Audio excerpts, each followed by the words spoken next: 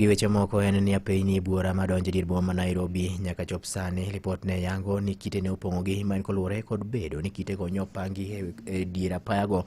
gi kweth mag ojende manyo nigi mirima mager mokalo kinde manyo gi ng'anyo koluwore kod wach mar rapar mar higa achiel manye gitimo ne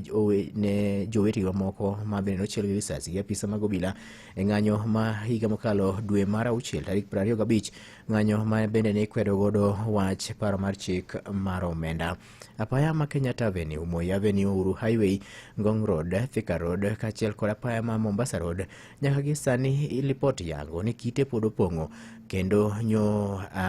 mano koro kelo tich matek ne chenro mag wuoth mag nyamburko madonjo e dier boma ma Nairobi. Wach ma kamano koro miyo jowuoth ikwayo mondo mi koro ka gidonjo e dier boma ma Nairobi gibed motang' ahinya mondo mi koro kik bedo ni kite ma opong'o ndarago mi gipodhe e obadho mar masira makoch mar apaya.